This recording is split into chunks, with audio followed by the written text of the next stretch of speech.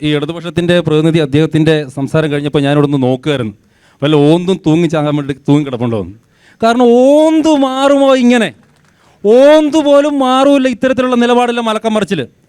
ഇവരിപ്പോൾ കേരളത്തിലെ സംസ്ഥാന സർക്കാർ ദേവസ്വത്തിൻ്റെ നേതൃത്വത്തിൽ വലിയ സംഗമം നടത്താൻ വേണ്ടിയിട്ട് പോവുകയാണ്. അയ്യപ്പ ഭക്തജന സംഗമം നടത്താൻ വേണ്ടിയിട്ട് പോവുകയാണ്. ഞാൻ ചോദിക്കട്ടെ, കഴിഞ്ഞ വർഷങ്ങൾക്ക് മുമ്പ് ഈ നാടിപ്പോൾ ഭരിച്ചുകൊണ്ടിരിക്കുന്ന നമ്മുടെ മുഖ്യമന്ത്രിയും ആ മുഖ്യമന്ത്രിയുടെ കീഴിലുള്ള മന്ത്രിമാരും ഈ നാട്ടിലെ ഹിന്ദു വിശ്വാസങ്ങൾക്കെതിരെ പറഞ്ഞ വാക്കുകളിൽ നിന്ന് ഏതെങ്കിലും പിൻവലിക്കാൻ വേണ്ടി തയ്യാറുണ്ടോ? ഇപ്പോൾ ഈ പറയുന്ന സംഗമം നടക്കുന്ന എവിടെയാണ്? പമ്പയിൽ വെച്ചിട്ടാണ്. പമ്പ ഗണപതിയെക്കുറിച്ചിട്ട് ഇപ്പോഴത്തെ നമ്മുടെ സ്പീക്കർ, ഈ പറഞ്ഞ നമ്മുടെ മുഖ്യമന്ത്രിയുടെ ശിഷ്യനും കൂടിയായിരുന്നില്ല ഷംസീർ, പറഞ്ഞ എന്താണ്? പമ്പ ഗണപതി എന്ന് പറയുന്നത് മിത്താണ്, യാഥാർത്ഥ്യമല്ല. അതേ ഷംസീർ തന്നെ പറയുകയാണ്, മലാക്കുകൾ ചിറകുകളുള്ള കുതിരപ്പുറത്ത് പറന്നു വരുമെന്ന്. ഞങ്ങൾക്കതൊരു വിഷയമില്ല. അദ്ദേഹത്തിൻ്റെ വിശ്വാസത്തിൽ വിശ്വസിച്ചോളട്ടെ, ഞങ്ങൾക്കതിനകത്ത് ഒരു പരാതിയുമില്ല. ഒരു വശത്ത് ഷംസീർ ചിറകുകളുള്ള കുതിരകൾക്ക് മേലെ ഈ മലാക്കുകൾ ഇരുന്ന് പറന്നു വരുമെന്ന് പറയുകയും മറുവശത്ത് ഗണപതി മിത്താണെന്ന് പറയുകയും ചെയ്യുമ്പോൾ ഹിന്ദു അവഹേളനമാണ് നടത്തിയിട്ടുള്ളത്. ഞാൻ ഇദ്ദേഹത്തോട് ചോദിച്ചോട്ടെ, ആ പ്രസ്താവനയിൽ നിന്ന് ഷംസീർ ഇതുവരെ പിന്നോട്ട് പോയിട്ടുണ്ടോ?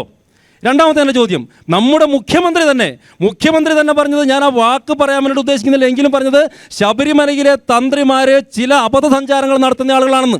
അതിൻ്റെ വീഡിയോകൾ മുഴുവൻ യൂട്യൂബിലുണ്ട്. അത് നമ്മുടെ മുഖ്യമന്ത്രി മാറ്റി പറയാൻ വേണ്ടി തയ്യാറായിട്ടുണ്ടോ? മൂന്നാമത് PK ശ്രീമതി, ഇവരുടെ വനിതയായിട്ടുള്ള നേതാവ് എന്താ പറയുന്നറിയോ? ഹിന്ദു സ്ത്രീകൾ ക്ഷേത്രങ്ങളിൽ പോകുന്നത് കുളിച്ച് ഈറനണിഞ്ഞ് ആ ഈറനായിട്ടുള്ള ശരീരം അവിടെ വരുന്ന ആളുകളെ കാണിക്കാൻ വേണ്ടിയിട്ടാണെന്നും. ആ നിലപാടിൽ നിന്ന് കമ്മ്യൂണിസ്റ്റ് പാർട്ടി മാറിയിട്ടുണ്ടോ? ഈ നിലപാടുകളിൽ നിന്നൊന്നും പറഞ്ഞ കാര്യങ്ങളൊന്നും മാറാതെ, ഇനി സ്വരാജ് പറഞ്ഞ ഞാൻ നിങ്ങൾക്കെല്ലാം അറിയാമെന്ന് ഞാൻ വിചാരിക്കുന്നു. ഭഗവാൻ അയ്യപ്പൻ്റെ നിത്യബ്രഹ്മചാരിയായിട്ടുള്ള അയ്യപ്പൻ്റെ വിവാഹം കഴിഞ്ഞു എന്ന് പറയുന്ന സ്വരാജിൻ്റെ നിലപാട് മാറിയിട്ടുണ്ടോ? അപ്പോൾ ഈ നിലപാടുകളൊന്നും മാറാതെ ഇവരേത് അയ്യപ്പ സംഘമാണ് നടത്താൻ വേണ്ടിയിട്ട് പോകുന്നത്? എന്ത് ഭക്തജന സംഘമാണ് നടത്താൻ വേണ്ടിയിട്ട് പോകുന്നത്? തട്ടിപ്പാണ്, ശുദ്ധമായിട്ടുള്ള തട്ടിപ്പാണ്. ഇതിൽ വരാൻ വേണ്ടിയിട്ട് പോകുന്ന തെരഞ്ഞെടുപ്പ് മാത്രമാണ് ഇവരുടെ ഉദ്ദേശമെന്ന് പറയുന്നത്. അതിനപ്പുറത്തേക്ക് മറ്റു ഒരു ഉദ്ദേശവും ഇല്ല എന്ന് തന്നെയാണ്. ഇത് കപടവുമാണ്. ഇനി ഏതൊക്കെ സംഘടനകളാണ് വന്നിട്ടുള്ളത്?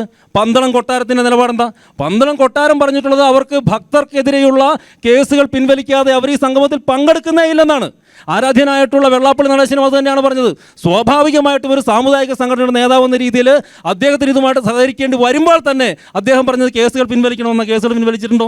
ഒരു കേസ് പോലും പിൻവലിച്ചിട്ടില്ലല്ലോ. പിന്നെ ഈ ഇടതുപക്ഷത്തിൻ്റെ ആളുകൾ അടിക്കടി വന്നിരുന്ന് പറയുന്ന ഒരു പോയിന്റ് ഉണ്ട്, ശബരിമല മതനിരപേക്ഷം. എങ്ങനെയാണ് ശബരിമല മതനിരപേക്ഷമെന്ന്? ശബരിമല ശ്രീ അയ്യപ്പൻ്റെ ക്ഷേത്രമാണെന്ന്. ഈ ക്ഷേത്രം എന്ന് പറഞ്ഞാൽ ആരുടെയാണ്? ശബരിമലയിൽ ശ്രീ അയ്യപ്പൻ്റെ പ്രത്യേകത എന്ന് പറയുന്നത്, അല്ലെങ്കിൽ ഹിന്ദു വിഭാഗങ്ങളുടെ പ്രത്യേകത എന്ന് പറയുന്നത് സർവധർമ്മ സമഭാവനയാണ്. എന്ന് പറഞ്ഞാൽ 33 കോടി വരുന്ന ദൈവങ്ങളുടെ ഇടയിലേക്ക് ഒന്നോ രണ്ടോ ദൈവം കൂടി ഇനി വന്നാലും ഞങ്ങൾക്കൊരു പ്രശ്നമില്ല. എൻ്റെയും നിൻ്റെയും നമ്മുടേതുമായിട്ടുള്ള എല്ലാ വിശ്വാസങ്ങളും ശരിയാണെന്ന് പറയുന്ന വിശാലമായിട്ടുള്ള കാഴ്ചപ്പാടുള്ള ഹിന്ദു സംസ്കാരത്തിൻ്റെ കാഴ്ചപ്പാടാണത്. അത് മതനിരപേക്ഷതയല്ല, സർവധർമ്മ സമഭാവനയാണ്. കേരളത്തിൽ അത്തരത്തിലുള്ള നുണപ്രചരണങ്ങൾ ഇനിയെങ്കിലും ഇടതുപക്ഷം ഉപേക്ഷിക്കേണ്ടതായിട്ടുണ്ട്. ശബരിമലയുമായിട്ട് ബന്ധപ്പെട്ടുള്ള മുഴുവൻ ക്ഷേത്രങ്ങളിലും ആരാധന എന്ന് പറയുന്നത് ഹിന്ദു വിശ്വാസ രീതിയിലാണ്. അതുകൊണ്ട് തന്നെ ശബരിമല ഹിന്ദു ക്ഷേത്രമാണ്. പക്ഷേ അവിടെ സർവധർമ്മ സമഭാവന എന്ന കാഴ്ചപ്പാടിലൂടെ മുഴുവൻ ആളുകളെയും, ജാതി മതത്തിന് അതീതമായിട്ടുള്ള മുഴുവൻ ആളുകളെയും സ്വീകരിക്കുന്ന മനോഹരമായിട്ടുള്ള കാഴ്ചപ്പാടാണ്. അത് നമ്മുടെ സംസ്കാരത്തിൻ്റെ ഭാഗം കൂടിയാണ്. ഒരു കാര്യം കൂടി ഞാൻ പറഞ്ഞോട്ടെ, അടിസ്ഥാന സൗകര്യങ്ങൾ വികസനമാണ് ഈ പറയുന്ന സംഗമത്തിൻ്റെ മുഖ്യ ഉദ്ദേശം എന്ന് പറയുന്നത്. അപ്പോൾ പിന്നെ അയ്യപ്പൻ്റെ പേര് മാത്രം ഇട്ട് എന്തിനാ? ഇതിനകത്ത് ഒരുപാടായിട്ടുള്ള കോൺട്രഡിക്ഷൻസ് ഉണ്ടെന്ന്. കാരണം ആദ്യം തന്നെ സർക്കാർ പറഞ്ഞ എന്താണ്? ഇത് ദേവസ്വമാണ് നടത്തുന്നത്. ഈ നാട് നീളെ ഫ്ലെക്സ് വെച്ചിട്ടുണ്ടല്ലോ, നിങ്ങളെല്ലാവരും ഫ്ലെക്സ് കണ്ടിട്ടുണ്ടല്ലോ. അയ്യപ്പ സംഗമം എന്ന് നടത്തിയിട്ടുള്ള ഫ്ലെക്സിൽ ആരുടെ ഫോട്ടോയാ? ആരുടെ ഫോട്ടോ? പിണറായി വിജയൻ ദൈവമായോ? പിണറായി വിജയനാണ് ദൈവം. നോക്ക്, അയ്യപ്പൻ്റെ ചിത്രം എവിടെ? അയ്യപ്പ സംഗമത്തിൽ അയ്യപ്പൻ്റെ ചിത്രം എവിടെ? അതായത് ഒന്ന് വെച്ചിട്ടില്ല, മനഃപൂർവ്വം വെച്ചിട്ടില്ല, ഒരിടത്തും വെച്ചിട്ടില്ല. അതായത് നീലക്കുറുക്കൻ, ചുമ്മാ അതാണ് ഞാൻ പറഞ്ഞോട്ടെ,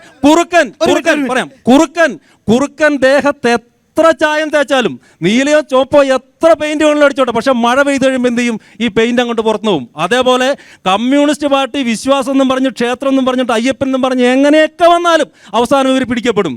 അതുപോലെ തന്നെ അയ്യപ്പൻ്റെ പേരിൽ നടത്തുന്ന സംഗമത്തിൽ അയ്യപ്പൻ്റെ ചിത്രം പോലും വ്യക്തമായിട്ട്, ആ ചിത്രം കാണണം, വളരെ കാണാൻ വേണ്ടിയിട്ട് പോലും സാധിക്കാത്തൊരു ചിത്രം. അത്തരത്തിൽ പിണറായി വിജയൻ്റെ ഒരു ഷോ, ഞാൻ വിചാരിച്ചു ഇനി ഒരു ഫോട്ടോ കൂടി വരേണ്ടിയിരുന്നു നമ്മുടെ റിയാസിൻ്റെ. സാധാരണ ഫോട്ടോ വയ്ക്കാനും ഫ്ലെക്സ് വയ്ക്കാനും ഏറ്റവും കൂടുതൽ നടക്കുന്ന റിയാസാണ്. ആ റിയാസിൻ്റെയും കൂടെ ഫോട്ടോ വന്നാൽ പൂർത്തിയായി. അതിനപ്പുറത്തേക്ക് ഭക്തജനങ്ങളുമായിട്ടോ ശബരിമലയുടെ വികസനങ്ങളുമായിട്ടോ ഒരു കാര്യങ്ങളും ഇവർ ചെയ്യാൻ വേണ്ടി ഉദ്ദേശിക്കുന്നില്ല. അതായിരുന്നെങ്കിൽ വികസനമാണെങ്കിൽ എന്താ ശബരി റെയിൽപാതയുടെ നിങ്ങളുടെ നിലപാട് എന്താണ്? തീർച്ചയായും കേന്ദ്ര സർക്കാർ എത്ര തവണ പറഞ്ഞു, അതിൽ പോലും ഒരു അക്ഷരം വേണ്ടിയിട്ടില്ലല്ലോ. അപ്പോൾ ഈ റോഡുകളുടെ അവസ്ഥ എന്താണ് അങ്ങോട്ടുള്ളത്?